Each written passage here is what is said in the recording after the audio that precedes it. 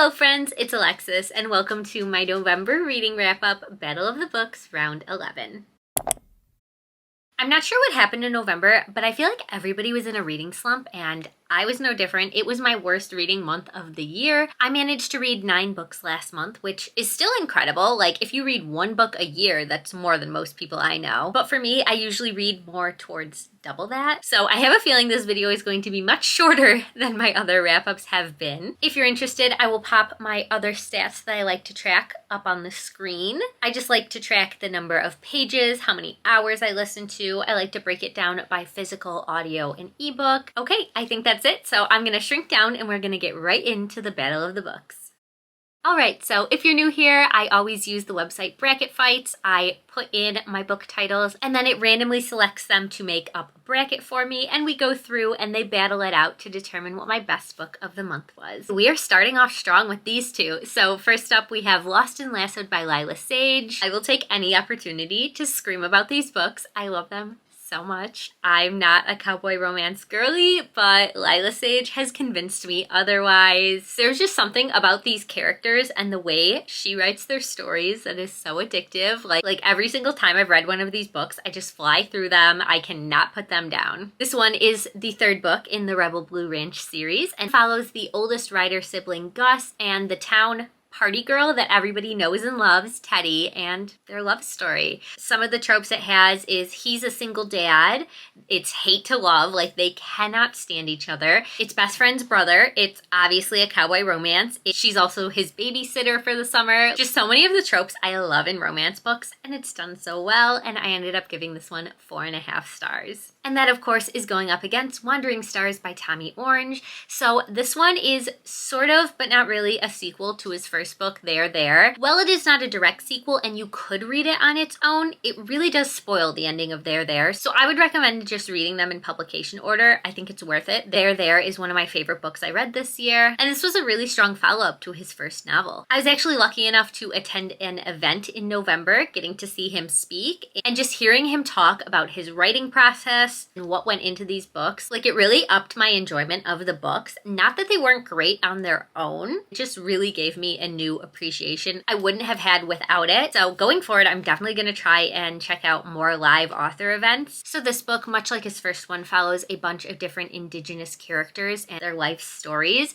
This one was heavier than the first one for sure. It dealt with themes of drug use and addiction, so definitely be prepared for that going in. But it was such a beautifully well-written story, and I ended up giving this one 4 stars. Okay, did our first matchup have to be this hard? Like, how do I pick between a silly little cowboy romance and a book that dealt with hard-hitting real-life issues? Like, it feels really wrong to pick the romance over it, but it's my video and we're talking about how much I enjoyed books, so obviously I enjoyed the lighthearted book more. So our winner for this round will be Lassoed. Okay, next up, I actually have vlogs for both of these. So of course, these and any other book I have a vlog for will be linked below. So make sure you check those out if you missed them. But yeah, these are not strong contenders in the competition. If you watch these vlogs, you already know my thoughts, but All the Hearts You Eat by Hailey Piper just really fell flat for me. It was honestly one of my most disappointing books of the year. I was really looking forward to this. I even had an arc of it. Like, I was so excited to get to this book. It was described as queer vampire horror, and it sounded like everything I could have possibly hoped for. The execution was not good. I absolutely love Hailey Piper. I follow her on Instagram and I'm actually obsessed with her. Plus, I loved her book Queen of Teeth. So this isn't the end of the road for her books for me. Like, I will definitely pick more up in the future, but this one did not work for me. I just ended up being really confused. I felt like there was way too much going on and I really did not understand the motivation of the main character, so I ended up giving this one 2.5 stars. And that is going up against one I just read recently, Starling House by Alex E. Harrow. This is my second one by this author, and unfortunately this could be my last.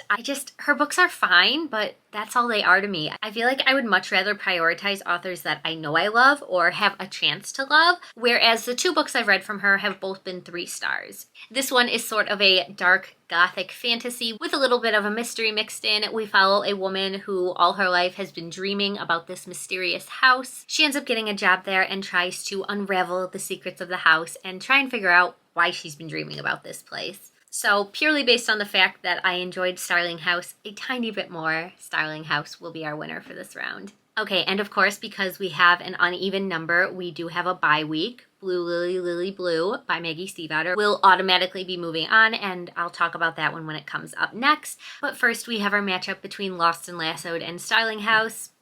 Obvious answer here, Lost and Lassoed. Okay, here we go. I love these both so much. So we already talked about Lost and Lassoed, but now let's talk about the love of my life, The Raven Cycle. I have just really fallen down the rabbit hole of this series this year. I read the entire series for the first time this year. It's currently my screensaver. Like, the obsession is really bad. I don't think I've been this obsessed with the book since I read the Six of Crows duology. So yeah, I am live, laugh, loving this series this year. This is another one I vlogged. I'll link it below. I cried my eyes out during the last book because I didn't want to say goodbye to these characters, and every single day I have to stop myself from restarting the series all over again. So if there's anything that was going to beat Lost and Lassoed, this is it. It's going to Blue Lily, Lily Blue. So there we have it. I know it's covered right now, but our first contender for top book of the month is going to be Blue Lily, Lily Blue. And moving on to the right side of the board, first up we have The Raven King. Same thing. This is the fourth book in the series.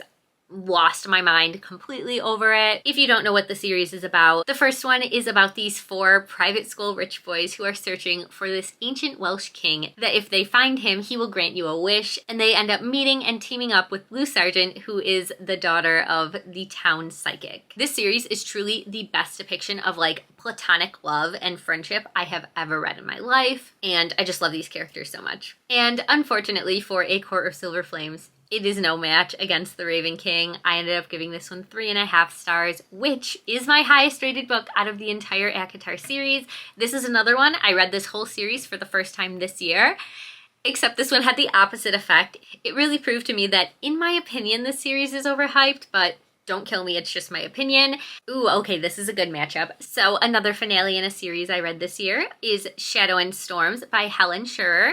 And this is the final book in the Legends of Thesmar, which is a romantasy series, which is about a woman who wants to be a knight, except in this world, women are not allowed to wield blades. But our female main character, Althea, will not take no for an answer, and she gets her way, and she starts training with her gorgeous mentor, Wilder Hawthorne, who is everybody's book boyfriend this year. If you're a fan of romantasy books, I really recommend this one. It has action, it has spice, it has magic, it has incredible friendships throughout, and in my opinion, it was way better than the ACOTAR series. And even though this was my least favorite of the series, I still ended up giving it 4 stars. And of course that is going up against The God of the Woods by Liz Moore. This is the last book I finished in November, so it's still fresh in my head, and I really enjoyed this one. This one is a mystery thriller about a young girl who goes missing at a summer camp, but to make matters worse, this is not the first disappearance in the family. Her older brother also went missing at this summer camp, and her parents own the summer camp. So something weird is definitely going on in this one, and we get to find out all of the family's dirty secrets, which I just love in a thriller. I'm such a nosy bitch. I just want to know everybody's business. So we have an even matchup,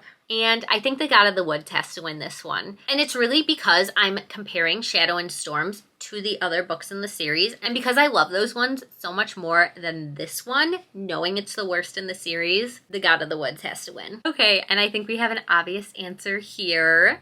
Sorry, this one's not fun, just like my Raven Boys obsession is coming out. This is so funny that they're going against each other. So the funny thing is, in the vlog where I read both of these, I was like raving about how Blue Lily, Lily Blue is my favorite of the series, nothing is gonna top it.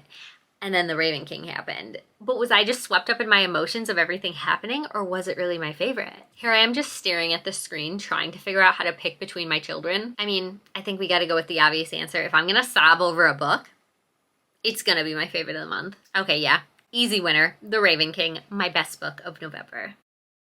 Going in, I probably should have known that this would be the outcome, but as soon as I finish a book, like, it literally leaves my mind. I completely forgot what I had read in November when I started this bracket. If you made it this far and you would like to, you can leave me the deer emoji in the comments to represent The Raven King, of course. And please let me know below, what was your favorite book of November? Thank you so much for watching, friends. I hope you read a good book today, and I will see you soon in my next one. Bye.